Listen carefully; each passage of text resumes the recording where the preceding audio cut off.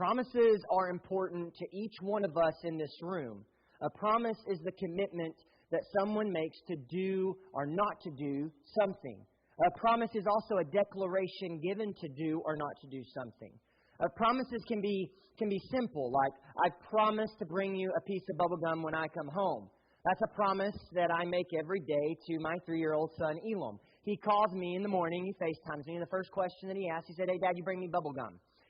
He does this because Vicky, our children's minister, has created an unhealthy habit where anytime Elam walks into the office, he knows where the bubble gum's at, and so he expects me to bring him home a piece of bubble gum each and every day from work. And I make that promise. Promises are simple, like, I promise to watch a movie with you, or I promise to play with you when I get home. Some of these simple promises that we've all made to our children before. But then there comes the more serious promises. Promises that come with a greater commitment. Promises like a business loan or a job contract or marriage. Each of these require commitment that will last a long time, some even a lifetime. When we receive a promise, it's often important that we receive some sort of proof that a promise has been made. I mean, it can be as simple as a proof of a confirmation email. You make an online purchase.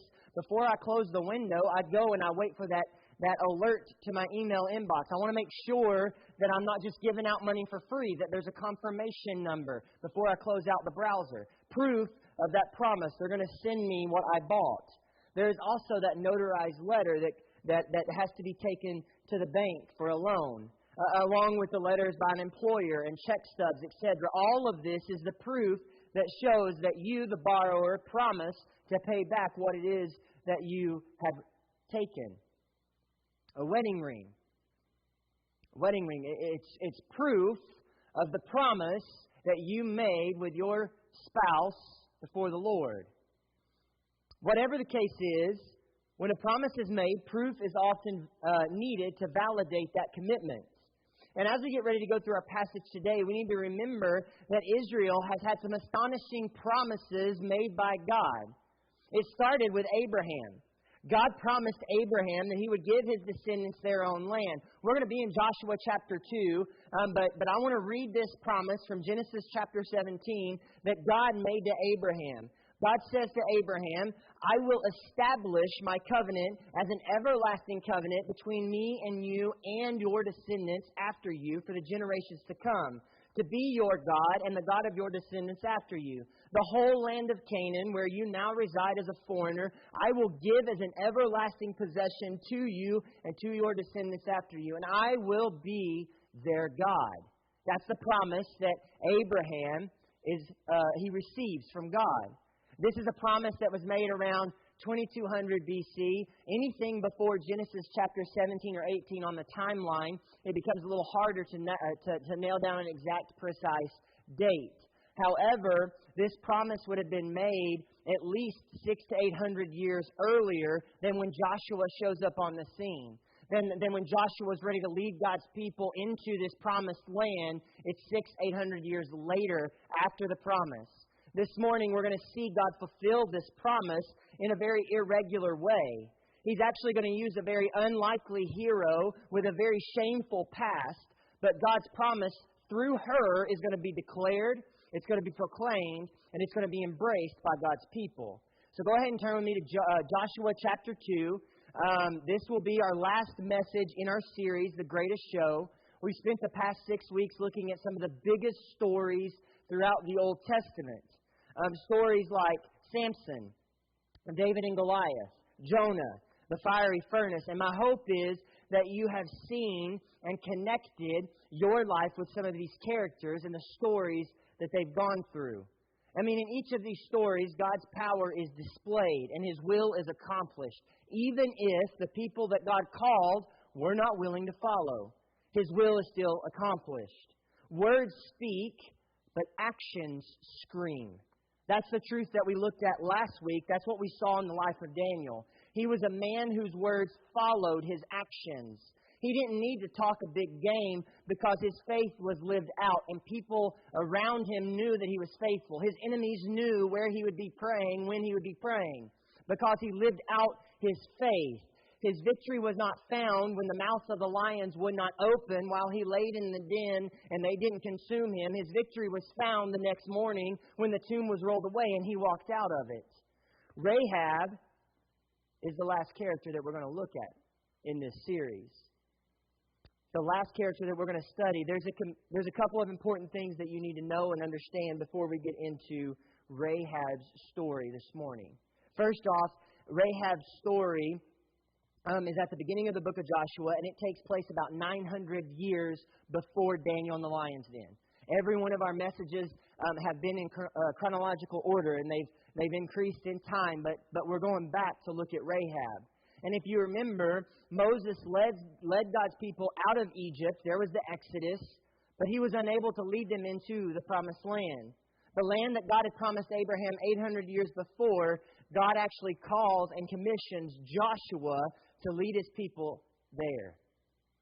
After many generations, it was time for God to fulfill his promise. Before they could cross the Jordan River, Joshua sends 2 spies into the city of Jericho. Jericho was a city that was known for its fortified walls. It was a self-sustaining city.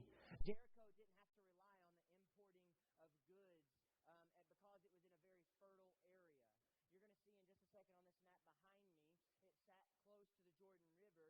Genesis 13 verse 10 actually describes the fertile valley along the Jordan River where Jericho sat as fertile and as lush and green as the Garden of Eden. You could grow crops there. You didn't have to worry about importing anything. You had everything there that you needed, as you saw on the map behind me. Scholars are not really sure, though, why Joshua chose to send the spies. He secretly chose to send 2 men. We don't know why Joshua did that because Joshua had already been into the land of Canaan. Joshua had already went there himself. Moses had sent Joshua along with 11 other men into the land to spy out the land. And Joshua actually talks about his findings in Numbers chapter 13. He tells Moses the report. Look at Joshua's words about the land of Canaan. He says, the people who live there are strong, and the cities have walls that are very large. See, in this moment, we don't know if it's a lack of faith on Joshua's part or if it's a simple strategy that Joshua had. But whatever the case is, God uses this moment to declare, proclaim, and embrace his promise. And we're going to see it through Rahab's story and her interaction with the spies. So Joshua chapter 2, here we go, verse 1. Joshua, the son of Nun, secretly sent 2 spies from Shittim. Go and look over the land, he said, especially Jericho. So they entered into the house of a prostitute named Rahab, and they stayed there. Real quick, this sets up the context of our passage today. I want to clarify here, when the 2 spies chose Rahab's home to go into, I want you to understand why they chose Rahab's home. It was there was no reason other than to lay low. Think about like an 18th century brothel. It was a place where drifters could go in and stay the night, and they could fly under the radar. Nowhere in the text is there any form of association with them, seeking lust or planning to sin. They didn't enter Rahab's house to sleep with her or anyone else that was there. They went into Rahab's house because they knew they would be accepted. They were Hebrew. They stood out. They went there seeking shelter so that they could do what Joshua had sent them in there to do. That's why they were there. But their plan doesn't work out. It doesn't work out. They don't blend in too well because someone does recognize them. Someone recognizes them and reports their presence in Jericho to the king. Immediately, the king sends orders to Rahab. He summons Rahab and he calls her in. Verse 2, bring out these men, the king is speaking, who came to you and entered into your house because they have come to spy out the whole land. This is something that would have been overwhelming for Rahab. I mean, a summon for the king was not something to take lightly. She's standing now before the king, being questioned for what has taken place. Let's put ourselves in her shoes. Like, as I was thinking about this, I recalled a story when I was in 6th grade. It was early in the semester. Football season was happening. And I can remember getting called into the principal's office. My principal at the time, his name was Tommy Leon Bettis. I mean, he was so intimidating, we knew his middle name. We were scared to death of him. And the way that our school system worked, kindergarten through 5th grade was elementary school, and then 2 elementary schools merged into this middle school. And it was 6th through 8th grade. And so I was 3 or 4 weeks into school, and I remember, the intercom comes on in the classroom, and it's the office person that's going, please send Greg Moyers to the office. And I remember thinking, oh my gosh, why am I getting called to the office? My mind is racing. I am scared to death because Mr. Bettis had this reputation of paddling kids. Actually, the very first week of school, every morning we would arrive and we would have to wait in the gym until 8:15 to get dismissed to class. He stood out there with his paddle. His paddle had holes drilled in it to make it more aerodynamic. And he had this reputation. I already knew as a 6th grader he had a bald eagle that sat above his desk that he told you to turn and stare at when he came up behind you, and he grabbed the back belt buckle of your pants and pulled it tight, and then he would go to work. I knew all of these things. I did not want to go to the office.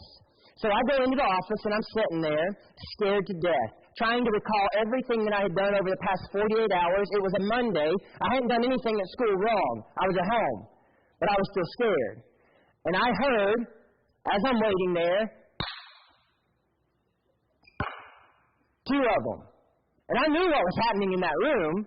I knew this kid that was in there, this poor unfortunate soul, was staring at the bald eagle, and he was getting what was coming to him. Sure enough, about 45 seconds later, the door opens. A boy walks out. It was a 7th or 8th grade boy. He was older than me. I remember that. Teary-eyed, eyes red, focused, doing his best not to lose his marbles in that moment, like ready to run to the bathroom and cry. And I remember sitting there white-knuckling the chair. At this point, I didn't know what I was going to do. I still couldn't figure out why I was being called to the office. And I hear Mr. Bettis say, Greg Moyers, come in here. So I go in there and I sat down. And in this moment, I cotton mouth. My mouth was so dry I couldn't speak. And he asked me, he said, what is your mama's name? And I said, huh? He goes, what is your mom's maiden name? I had forgotten what my mom's maiden name was in this moment. I am more scared of looking, because the eagle's sitting right over his head as he's talking to me. And I know what's about to take place, or at least I think. And he could tell. There was 15 seconds that felt like an eternity of silence. And he goes, well, if you don't know your mom's maiden name, what's your uncle's name? And to which I said, well, my uncle's name's Lon. My mom's name's Tanya. And he said, okay. And he's looking at me, and he goes, I want you to know something. I want you to know I played football with your grandfather. We went to school together, and I coached your uncle when he played football, and I'm excited about this football season. I'm excited that you're playing. Like this whole flood of peace flows over me, and I'm going, why couldn't you tell me that out there and doing bus duty? Like, why did you have to call me in here? I mean, I am like, the relief that floods in this moment. Rahab would have been so intimidated and overwhelmed to stand before the king in this moment. I mean, she was caught in the act of harboring Hebrew spies. She was guilty. And she's standing before the king.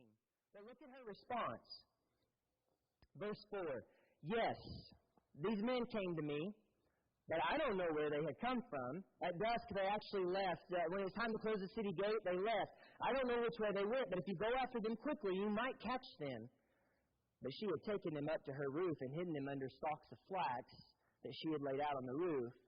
So the men set out in pursuit of the spies on the road that leads to the fords of the Jordan. And as soon as the pursuers had gone out, the gate was shut. What's interesting about this response, Rahab's response in this moment, is that she is choosing to cover for the Hebrew spies. I mean, think about the potential reward that she could have received for turning them in. These are strangers to her. What would the king have done for her? What praise would she have received? Or think about the potential consequences that would come if she's caught harboring them. I mean, it would have been imminent death. Death not just for her, but probably for everyone in her household if she's found out. Rahab doesn't know these men. In fact, Scripture doesn't record any words exchanged that they exchanged between Rahab and the spies into this point, thus displaying the blind faith or trust that she had in these men. Or better yet, the blind faith that she had in the God they serve. James uses Rahab's faith as an example. In his book, in the New Testament, James is Jesus' brother, he writes this, he says, "You see that a person is considered righteous by what they do and not by faith alone.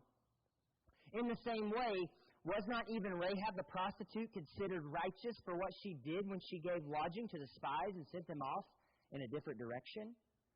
As the body is dead, as the body without spirit is dead, so faith without deeds is dead. Rahab was willing to suffer loss to demonstrate that her faith was valid. She stood alone in faith against the total culture that surrounded her. This is something that none of us in the Western world have ever had to do. For a period of time, Rahab stood for the unseen against the seen. She's standing in danger until Jericho fell. Think about that for a moment. She stands up for her faith in the Lord, not knowing when they were going to return, not knowing what God was going to do. She stood there believing in the unseen when the seen was before her. She was standing in the city of Jericho before the king. If the king found out about what she had done, it would not have ended well for her or her family. Faith in action is a reoccurring theme throughout each of the stories that we have studied, and we cannot ignore it. Each character or story that we have studied since the beginning of this series displays their faith through their action. Their words are spoken loudly, but their actions scream. Our faith must be displayed by our actions and our words. In this moment, Rahab is making a huge statement. If the story ended here, if we didn't know anything else that was going to happen, we would know that Rahab trusted in the Lord because her actions spoke louder than her words, because she's not spoken words at this point. She's not proclaimed anything. She's not made any acknowledgement toward God. And yet it's through her actions that we see she is protecting God's people over her own self. After speaking with the king, verse 8, Rahab goes back to the spies. And we're going to see her faith boldly declared, proclaimed, and embraced. Here we go. Before the spies lay down for the night, she went up on the roof. And she said to them, "I know that the Lord has given you this land, and that a great fear of you has fallen on each of us, so that all who live in this country are melting in fear because of you. We have heard how the Lord's dried up the water of the Red Sea for you when you came out of Egypt, and what you did in Sihon and Og, and the two kings of the Amorites east of the Jordan, whom you completely destroyed." In her conversation, I want to pause, because we're going to see the very first thing. Rahab declared God's promise to the spies. I know that the Lord has given you this land, in verse 9. Without knowing it, Rahab is declaring the promise to Abraham.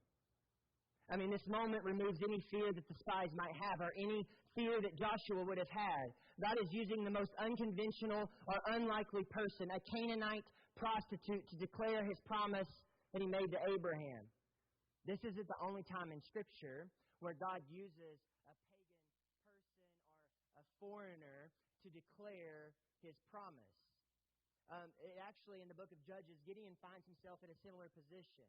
One morning he wakes up. Gideon was a judge, and he had 22,000 troops ready to go to battle. 22,000 troops ready to go to battle against the Midianites. And God says, "No, that's too many." And so He sends 11,000 troops away. And so Gideon's like, "Okay, well, we got this." And God says, "No, Gideon, that's still too many." He whittles it down to 300 men. 300 men going against the army of Midian, the Midianites. And God tells Gideon that this is the victory. He only needs the 300 to receive victory. And it freaks Gideon out. He's scared. Rightly so, there are times that God calls us to bigger things. There are times that God calls us to things that are beyond our capability, things that freak us out. That's why we're asking you to join us in prayer. That's why the elders stopped what we were doing in the meeting the other night, and we said we need to cover these things in prayer because they're bigger than us. We're asking you to join us in prayer because God is about to do some big things, not just in our church, not just in our community, but for everyone outside. We are seeking the Lord because we do not want to get ahead of Him. We do not want to take God where we want Him to go. We want Him to lead us where He wants us to go. And so that's why we're saying, hey, take a moment, join us in prayer for the month of April because of this very thing right here. It's bigger than us. It's bigger than TCC. It's bigger than Tuttle. God sends Gideon down to the Midianite camp because he's scared. And in the middle of the night, Gideon overhears two men that are on guard. He gets up close enough to where he can hear their conversation, and look at what they say. I had a dream, one says to the other. A round loaf of barley bread came tumbling into the Midianite camp, and it struck the tent with such force that the tent overturned and it collapsed. Well, his friend responded to him, this can be nothing other than the sword of Gideon, son of Joash, the Israelite. God has given the Midianites and the whole camp into his hands. God has given this land to you. This is a remarkable truth that Rahab is speaking to the spies. The spies entered in the most unlikely place, the home of a Canaanite prostitute, and God uses this woman to declare His promise to the people. But Rahab doesn't stop there. She continues on. Look back at this conversation, how she wraps it up. When we heard of it, Rahab speaking, our hearts melted in fear, and everyone's courage failed because of you. For the Lord your God is a God in heaven and above and on the earth below. The Lord your God is a God in heaven above and on earth below. She ends with a proclamation. She ends with a proclamation of God's promise. Rahab is proclaiming God as the Lord of all. Her statement about God is both universal and total. There is none who are greater than Yahweh. There is none more higher than you, Lord. Your God, she says to the spies, is greater than all. Scripture does not tell us how she came to know this. As we read it, we hear about the stories of old. She had heard those stories. She had heard about the Exodus out of Egypt. She had heard about God going before His people and the battles that God had won. But there's nothing more there than in Rahab's statement than knowledge. See, there's a proclamation and an acceptance. All that she knew was knowledge, but clearly she saw past that and accepted the greatness of God. This statement is huge because it goes against everything that Rahab's culture would have taught her. She believed in a God above all of the other gods that she had ever known. In the midst of the Canaanites, the Ammonites, and the Amorites that were in Jericho, in the midst of all of these pagan cultures where they're saturated and polluted with worship of false gods and lustful practices and all of the different idolatry that has taken place, Rahab affirms and proclaims God as Lord. It's huge. This conversation concludes with a promise that the spies make with Rahab, and a promise that Rahab makes with the spies. She agrees to keep their visit secret, and she actually helps them escape the city. And in return, they agree that they will spare everyone in her household when they return to attack, because God has given them this land. She knows that. They swear an oath to one another. And Rahab and the spies, she helps them escape. She lowers them out of the window in her house. She uses a scarlet rope hanging out of her window to mark her house.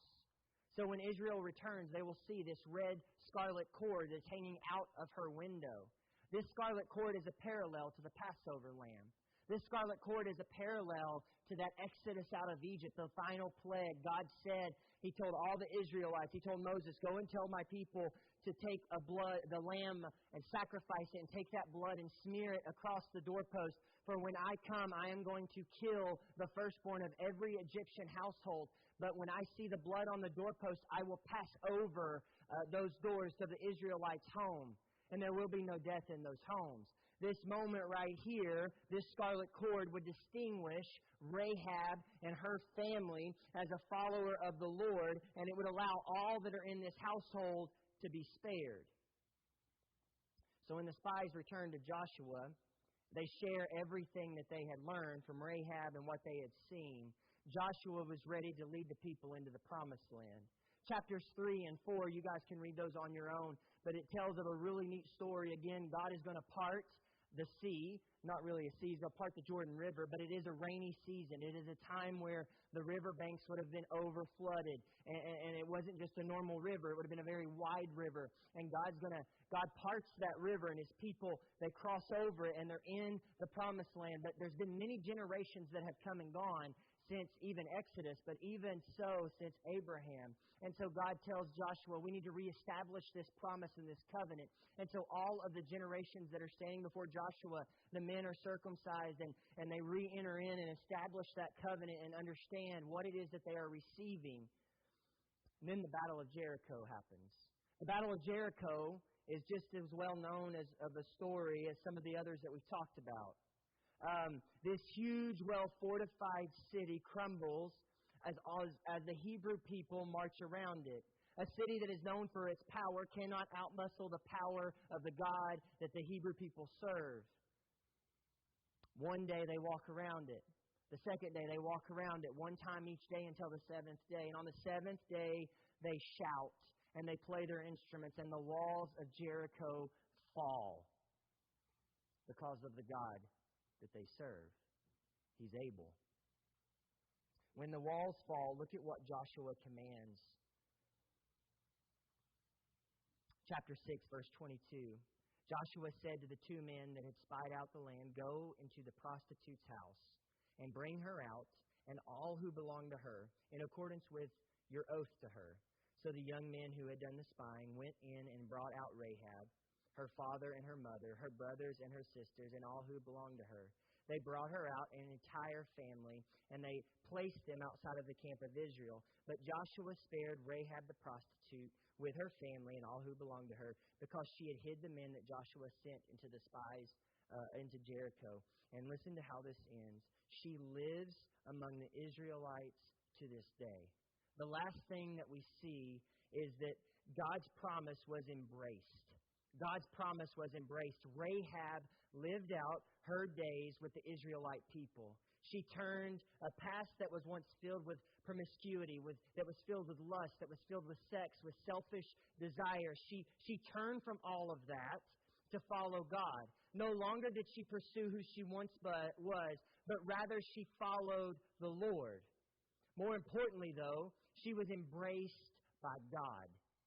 This prostitute was used by God to declare, proclaim, and embrace His promise to His people.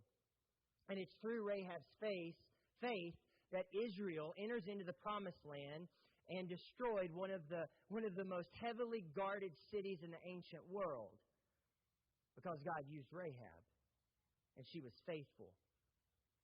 As the band makes their way back up on stage, I want to highlight the most powerful truth in Rahab's story. The most powerful truth about Rahab's story is that Rahab stood with Israel. She was not as an unclean prostitute. Her past did not define who she was, but rather she stood with Israel as a daughter of the God of the universe. She had chosen to follow the Lord, and she had turned from the lifestyle that she had once lived, and she didn't have all of the answers. Actually, she doesn't really have much knowledge of God at all, but she has a faith that chose to make herself available to a God that is able. She was not defined by her past because she let God write her future. She embraced the promise that God had made to His people. She proclaimed Him as Lord of her life, and God wrote her story accordingly. No longer was she Rahab the prostitute. Now, she is a Rahab the royal. She ends up marrying a prince of Judah. Yeah, she became royal. She had sons. If you flip over to Matthew's Gospel, the first chapter, there's a genealogy of Jesus, and it traces all the way back to Adam. And Matthew does that because he wants to establish Jesus as the rightful royal Messiah that He is. And in the middle of that genealogy, there is Rahab's name. It's listed. Rahab's life started with her being the author of it, but then she surrendered that life to the author of life, and He rewrote her story. It started with her making decisions that she thought was best in that moment. That it started with a life of sin, and then she surrendered those choices to the Lord who rewrote that story. This is no different for us today. This is why this truth is so important. We have an opportunity right now, each and every day, to surrender our life to God. Whether you've never done this before, or maybe you did this a long time ago, but you've taken control back of your life and you are writing your own story, but it's not going so well in this moment. Maybe you've landed in a tough spot, or you're in a moment where you have messed up. That things aren't working out the way that you thought they would.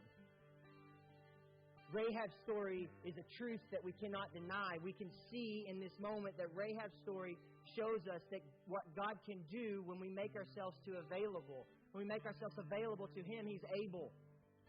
So much bigger than us. He's able to take a prostitute and turn her into a royal. But more importantly, He's able to take a prostitute, and more than marrying a prince, Rahab becomes a descendant of Jesus. She's in His lineage. Because He rewrote her story for who she was in His eyes. We can't deny that. This truth is still true for us today. Look at the promise that Peter writes when we follow God. Look at how we are viewed by God. He says this: you are a chosen people. You are a royal priesthood. You are a holy nation, God's very own special possession, that you may declare the praise of Him who called you out of darkness into this wonderful light. Once you were not a people, but now you are the people of God. Once you had not received mercy, and now you have received mercy. This truth is true for us today. The same mercy that Rahab received is the same mercy that God gives us an opportunity to receive in this moment. If you guys will go ahead and stand up, the elders, there's going to be a couple of elders and their wives come forward. You have a chance right now to enter into that same relationship, to become just like Rahab, to receive that mercy that Rahab received, to become a royal priest into the Father's kingdom.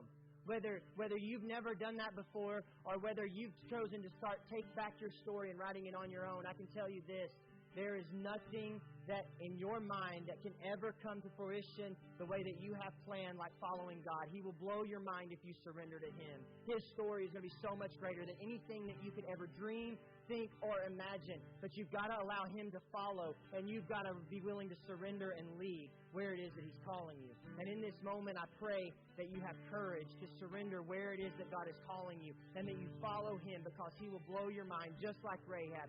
She didn't set out to become a royal, but she became so much more as she's identified as the direct lineage of Jesus.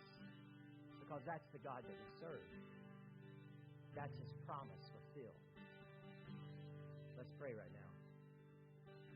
Dear Heavenly Father, Lord, I thank you. I thank you, God, that we can look at a story of a broken person, God.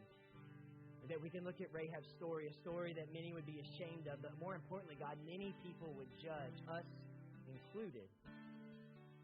But God, her faith is something that we can see in this moment as an example to follow. Because, God, you chose to use her to declare your promise, to proclaim your promise. And, God, not only did she embrace your promise, but you embraced her. And, Father, I just pray that we have the courage to follow you in this moment, each and every day moving forward, where it is that you're calling us. It's in your Son's name we pray. Amen.